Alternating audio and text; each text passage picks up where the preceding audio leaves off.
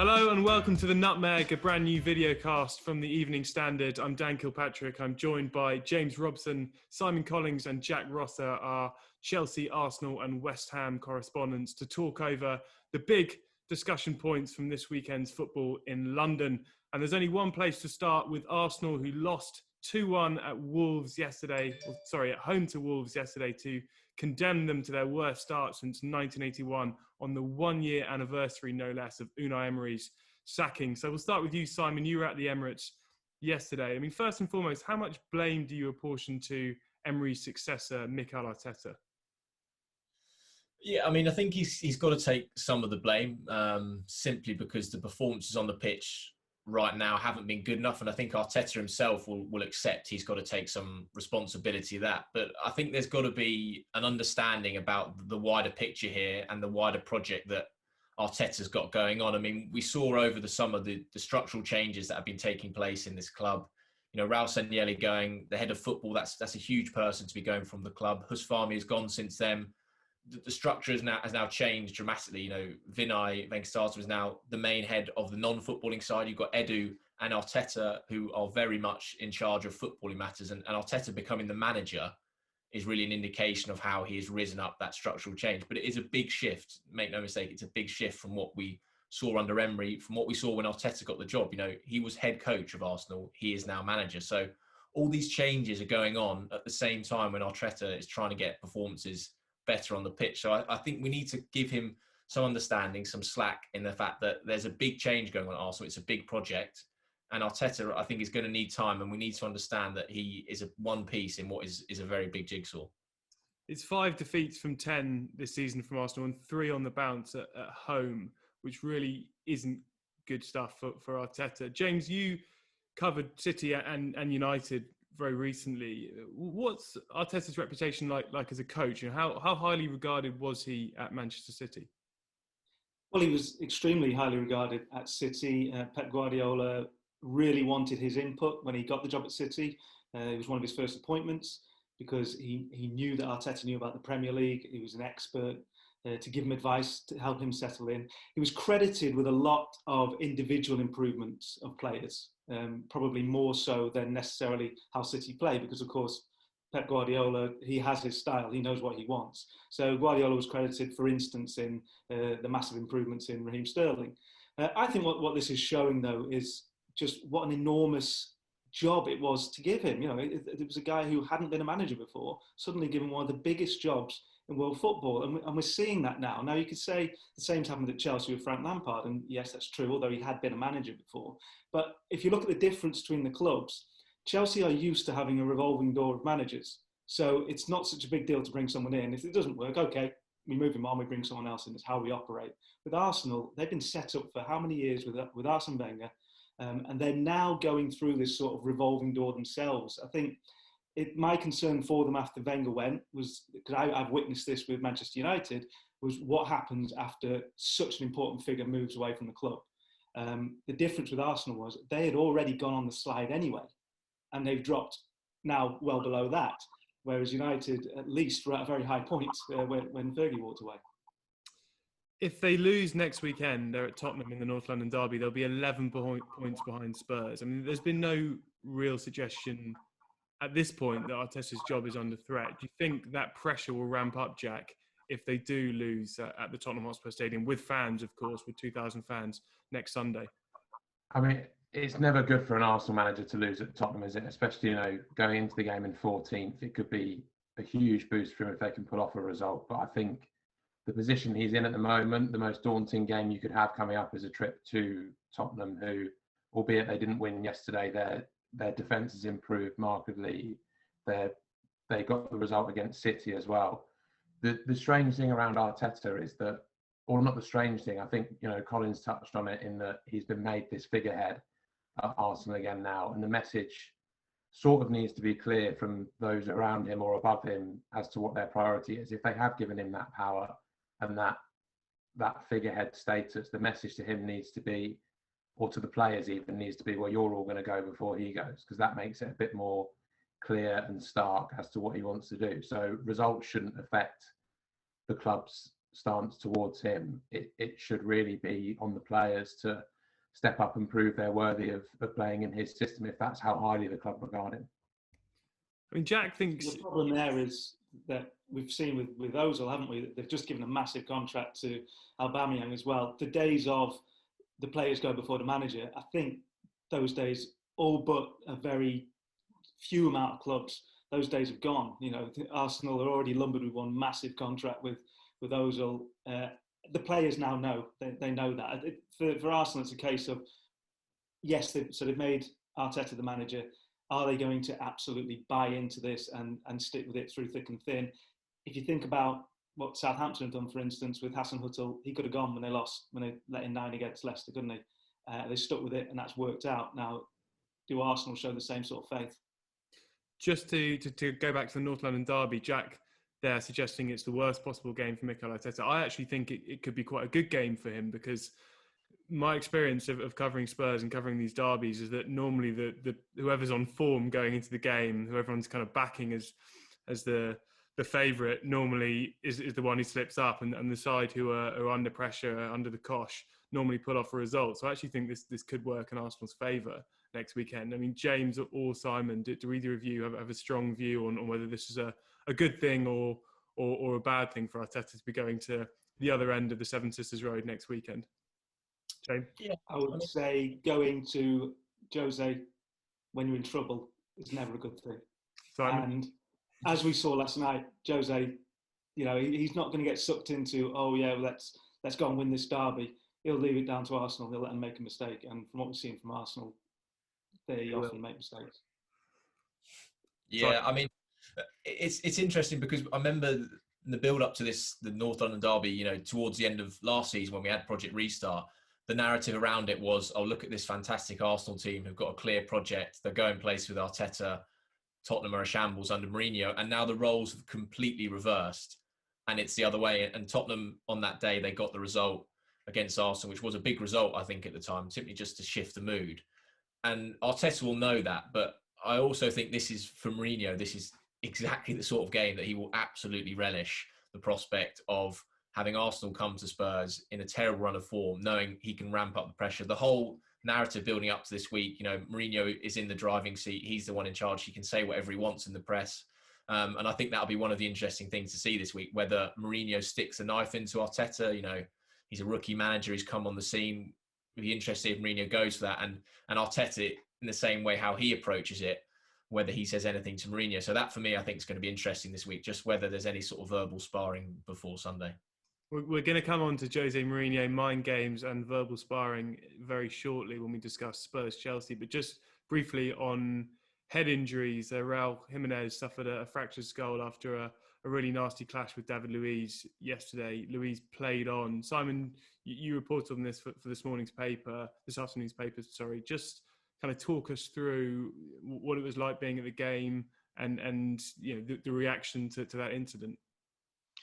Yeah, I mean, it was, to be honest, it was a pretty sickening incident and something to be involved in. I mean, these stadiums, as we know now in the era we're in, are, you know, eerily quiet, and you could hear that impact when those two players clashed heads, and everyone in the press box, you know, sort of gasped for a moment and watched as the two players fell to the floor. And I always think with those incidents that players' reaction on the pitch is the best barometer of how serious the situation is. And everyone from both teams was immediately calling for those medics to get on the pitch, which they did immediately. I think Wolves in their statement this morning commended, you know, the work of the NHS staff, pitch side, of their own staff, of Arsenal's medical team, who were helping as well. But it was something that, when it happened, you were so sort of shocked, and the fact the game was stopped for 10 minutes and obviously no fans there, the whole stadium was just silent for that period, and everyone was just, you know, your thoughts with Jimenez, who thankfully this morning we've heard has undergone surgery on a fractured skull, is comfortable according to Wolves. But it really brings into light the fact that, you know, head injuries in football are a serious issue that need addressing. You know, David Luiz, Arsenal say he passed all the concussion protocols, he came on and played, but you've got to wonder about these protocols if someone who then at half-time has to come off the pitch, whether these are the right protocols we've got in place. I know it's something that's being discussed by the game's lawmakers. The FA discussed it, but for me now, this really needs to be a watershed moment where everyone in the game stops for a second and thinks, look, we've had serious head injuries in the past with Ryan Mason. We've had another one with Raul Jimenez. What point is it going to get to where we finally make a stand and change these laws? Yeah, and the FA are going to trial a permanent concussion substitute or concussion substitutes in the FA Cup from early next year. So that's something that's on the horizon. Now let's talk about Spurs, Chelsea, a 0-0 draw at Stamford Bridge yesterday, which took Spurs back to the top of the table on goal difference. But I think it's fair to say they were second best at Stamford Bridge. Chelsea had all the running in the second half, and Mourinho afterwards again played down suggestions that Spurs are title contenders. He said they were a small pony in the title race, echoing his comments at 2014-15 at Chelsea when he said his side were a little horse in the title race. So Mourinho up to his same old tricks. It's classic Mourinho mind games, isn't it? I mean, he knows that Spurs have a shot at the title in this strange, hectic season. I think he'll be going for it. I think he's keen to obviously play down the pressure and expectation on his young side. Of course, well, they're not particularly young, but they've never won the Premier League title, most of them. So he's keen to kind of keep the dressing room level-headed at the moment. But I think internally he'll be thinking something very different after they've taken 4 points from Man City and Chelsea, and he'll be looking at next weekend's game against Arsenal and the game against Liverpool in mid-December and thinking if he can take another 4 points from those two matches, then Spurs will be well in the running come the festive period. Jack, do you think anyone really pays too much attention to Jose Mourinho's kind of mind games and public comments anymore? I mean, Frank Lampard certainly didn't take the bait. He didn't bite fully, but he had a little bit of a nibble. Are they still effective, or is it more for Mourinho's own dressing room rather than other managers and people at other clubs?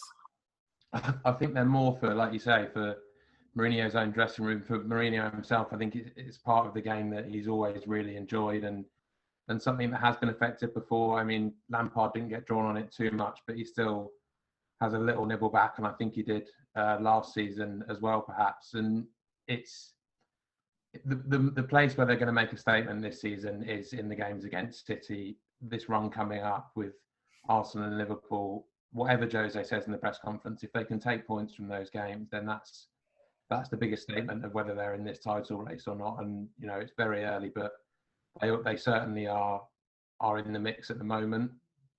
And then you give it a month or so to see whether or not those comments from Jose hold water. I think he sort of picks his mood one week or the other. Next week he could sit up in front of the or even this week in front of the press conference before Arsenal and say we're well in the mix. So I think it's more just something for his own, maybe setting up a personal triumph. If he writes Spurs off the title race and then goes and wins something, then he looks fantastic. If it doesn't come off, then he's covered himself basically. But the real statement's going to be in the games against the likes of Arsenal, Liverpool, and I think Leicester soon as well. James, is Jose right? Are Spurs a pony in the title race, or are they a proper horse? Well, of course they're not a pony. And it was a ridiculous comment, and I was amazed he kept a straight face as he said it. It always amazed me how Arsene Wenger would take the bait with these sort of things, because it is always so puerile, it's so childish. You think, an intelligent man, why on earth has he been drawn in by this? And I don't think Lampard was. Lampard gave a great response, which was, well, if we're title contenders, which Jose said, and they're above us, well, they've got to be title contenders as well, which of course they have. They also have Gareth Bale, Son, Harry Kane. But what I would say is that I do think they've got the weaker squad of the sides we think are going to challenge for the title. I think it's all right, Liverpool have got injuries now, but I think it's a weaker squad than Liverpool, weaker squad than City, and I think it's a weaker squad than Chelsea as well, which I think is actually a really, really strong squad. So I would accept that they're not title favourites at all, but they've got Jose, which is a huge factor, and they've got absolutely world-class talent in that side. One thing I did think, though, watching that game was, I just wonder if that style of football can win a Premier League title these days. I don't know. In this crazy season, maybe, but it was so grim to watch. It was horrible. And you think in recent years we've been spoilt by Manchester City and Liverpool, who they go into these big games and they batter teams because that's what they do. And it's a case of we're going to win the title by absolutely thumping everyone. And Jose's doing it another way, and that's fine. It's a more sort of strategic way, picking points here and there. And a draw, there's nothing wrong with that at all. But you look at that game and I thought Spurs had nothing at all. They never looked like scoring. Chelsea, I thought, on another day, Chelsea winning that game. If Abraham takes one of those chances, they're winning that game. If Giroud takes a chance, they created enough chances to win that game, just didn't have the finish. That, to me, looked like a side who could win the title. A brutal assessment of Jose Mourinho's football there. I feel inclined to defend Jose. I mean, I do take a lot of your points, and I think the most important thing there is what you said about this season being particularly hectic. I'm not sure this style of football could win a title last season or the year before. In fact, I know it wouldn't have done. It wouldn't have had a chance against the City team of 2 years ago and the Liverpool team of last year. But I think this year, with the campaign the way it is, the lack of rest, the injuries we're already seeing Liverpool suffer particularly, I think it could be effective. I'm not saying that Spurs are going to win the title, but I think they're going to be in the mix. And I think the last two games against City and Chelsea have demonstrated that they have got staying power in this title race. Obviously, we will find out more against Arsenal, Liverpool and Leicester, which I think are three of the next four.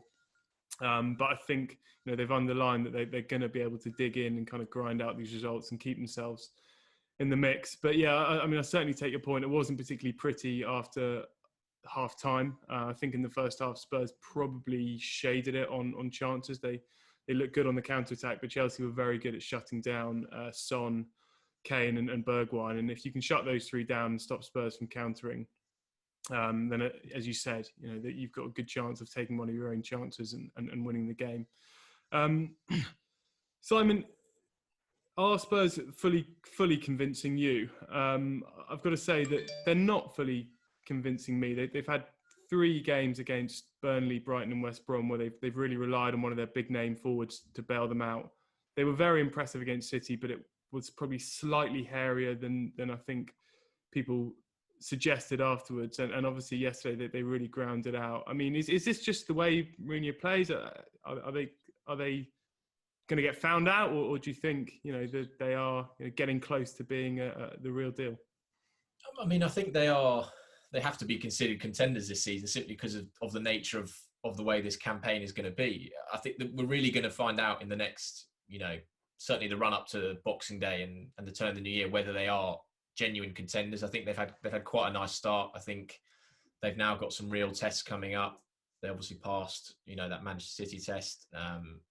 They got a result at Chelsea, and I think we spoke a bit about Liverpool and City and how they won the league. I don't really think fitness-wise and the schedule-wise, you're going to be able to play the sort of football that, the Klopp calls his heavy metal football that won them the title. And I know we're going to touch on Klopp in a bit, but I just don't think it's a season for that. I don't think you can get players playing that way for 38 games. It's very much going to be a season of pragmatism, of picking your battles, of to use your boxing analogy, winning on points rather than a knockout. And if anyone's going to do that, it's Jose Mourinho. We know he's the ultimate tactician, pragmatist, and for him, it's probably set up for a title challenge. So I think that is playing into Tottenham's hands a lot.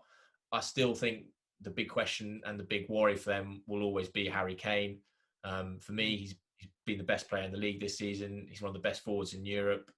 Any injury to him is going to have a massive impact. Vinicius does look like a good player, looks like an able backup, which means they can actually rest Kane in the Europa League. But once again, it's going to be about keeping Kane fit, and that January-December time, which is where we've seen problems before, will be a real test. Yeah, I do wonder whether the Europa League could even be an advantage this season, because Spurs obviously made 10 changes from Thursday night. I mean, it's normally such a disadvantage for title contenders, whereas Chelsea obviously had to play more their first team players at Rennes, albeit 2 days earlier. So at this stage anyway, you wonder whether having a kind of big squad of players that can do it in the Europa League, like Lucas, who's very Europa League, and Vinicius and even Gareth Bale, who's playing in that competition, could be a good thing for Spurs. Just a quick word on Joe Rodon, who made his full debut yesterday, and I thought he did well. I thought he looked good off the ball, but quite shaky on the ball. But certainly looks like a player who could deputise for Toby Alderweireld in the next 3 or 4 weeks and do quite well.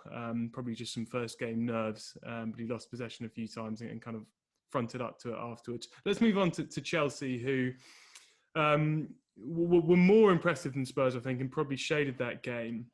James, did Mourinho lose the tactical battle again to Frank Lampard, or was it, like the scoreline, a stalemate in that respect? I don't think you can say he lost it, because they drew the game, didn't they? I think he came there for a point, and if we could get 2 more, fantastic. But he went there for a point, and he left with a point, and that's it. I think what maybe he didn't, and I think he did allude to this afterwards, what maybe he didn't expect was how little Lampard would be drawn in. Because if you think about the occasion, okay, there were no fans, so that does help, and maybe it would have been different if there were. But it was Abramovich's 1,000th game in charge. The significance of beating Chelsea's greatest manager and going to the top of the table, that Lampard would have understood that beforehand. And the danger there was for him to say, look, let's go and make a statement for our owner. Let me show that I'm out of the shadow of my mentor, all these type of things. That didn't happen. And what also impressed me was that he showed that he wasn't a mini Mourinho either. He's come up, he's had tremendous success under Mourinho, but he's not going to do it in the same way as Mourinho. So he didn't just sit back and say, I'll take a draw, but he didn't take so many risks that meant he risked losing the game. And I thought that was quite impressive, how he kept his composure in that way. And as I said before, Chelsea did enough to win that game with the chances they created. They definitely did enough. And, Abraham, in the form he's been in, you would have expected him to take one of those chances. You saw Werner take that chance in the first half that was just offside. They had the chances. And I think he was very close to being perfect for Lampard. And he just didn't quite come off. We'll come on to Werner and Abraham very shortly, but Jack, would you like to see Jose and Frank really develop into a kind of spicy managerial rivalry? And we've already said that Frank's not going to get drawn into the mind games, but it feels like in the Premier League, everyone's always harking back to those kind of early 2000s when Mourinho came in and mixed it up with Wenger and Ferguson and Benitez, and it was very, very tasty.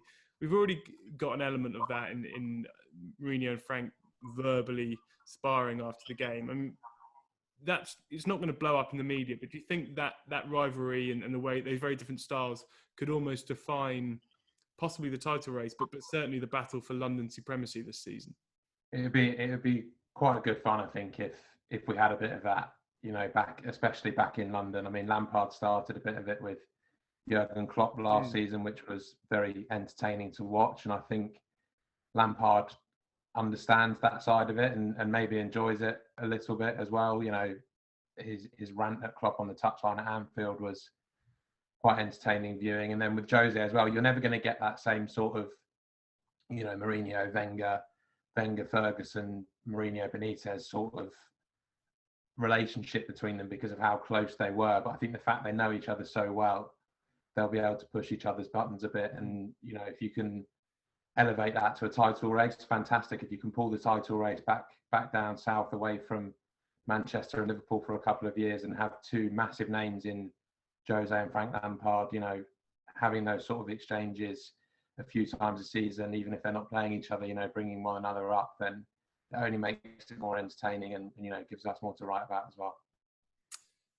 James, Werner played off the left at Stamford Bridge on Sunday. He was hauled off in the second half. Abraham was through the middle, and you've touched on that. Would Timo Werner have given Joe Rodon and Eric Dyer more to think about than Abraham if he played in the centre?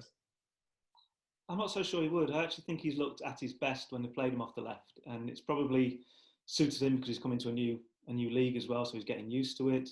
He played mainly as a striker, obviously in Germany, but I do think it's really suited him, and he's developed a good relationship with Abraham. It wasn't his best day yesterday, but you saw when he got that one chance, he took it, and he took it really well. I think the type of player that Lampard started with in the middle was the right idea. Someone to get tied up with the Spurs centre backs, physical presence, and I also think, apart from his finishing, he didn't look too bad, Abraham. Particularly in the first half when he dropped deep when necessary, went out wide just to try to create space for those around him. Look, his finishing just wasn't on the day, which is a shame for him. But he's been playing really well, and that front 3 has worked well. But yeah, looking long term, you're thinking that it's going to be Werner in the centre, Pulisic and Ziyech. either side. But I just think nowadays, Kane aside, strikers do seem to prefer cutting in from the flanks. They enjoy that space rather than getting mixed up with the centre-backs, having to hold the ball up with the back to goal. So I just think yesterday, I've not really got any complaints with the lineup or the system. If, as I said, if Abraham or Giroud take one of those chances, they've won. We're talking about a great win for Chelsea. Well, just a very quick one on Giroud, Simon. You know him well from his Arsenal days.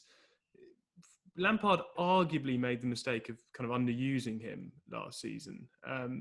Is he making the same mistake again, or is Giroud simply not quite good enough to get in that Chelsea at 11 as it stands? Yeah, it's so difficult with Giroud because I feel like his whole career he's been written off and underrated for his value to the team, perhaps other than when he plays in the French national team and Didier Deschamps, who seems to value him immensely. But I can understand, with Chelsea where they are right now, the difficulty of playing Giroud over Abraham simply because, Tammy Abraham for Chelsea is a long-term project, isn't he? You're hoping he's going to be a homegrown striker who's going to be there for, 10 years or so playing at that level. And it's a difficult balancing act to say, actually, no, you're not playing because we want to play Giroud for 6 months. So I can sort of see Lampard's understanding there and why Giroud isn't in the team. But I think that situation is going to come to a head in the next month or so, because with that rescheduled Euros, with Giroud chasing, records for the French national team, he simply needs to be playing. And I think Chelsea have shown in the past with the way they treat the likes of Petr Cech that they are understanding for players who are loyal servants to the club, who've given themselves to the club, that they will let them leave the club for the right price and the right destination. So I would think that Giroud situation would get resolved, before that January transfer window. Just very quickly, but before we end, we should talk about Jurgen Klopp, who has obviously been very vocal this weekend about the scheduling. He had a back and forth with Des Kelly of BT Sport over BT's decision BT in conjunction with the Premier League's decision to stage Liverpool's game against Brighton at 12:30 on Saturday after they played in the Champions League on Wednesday night. And he also had a pop at Sheffield United manager Chris Wilder, who he feels has been blocking a move to introduce 5 subs as it was last season. Jack, do you have sympathy with Jurgen Klopp? Not much, no. I sort of, you understand that this is a difficult time for players, and I spoke to Trent Alexander-Arnold last week, who said it's, just so difficult to get through the week at the moment. But on Klopp's arguments, decisions are made like this for a reason on television and on the 5 subs on television.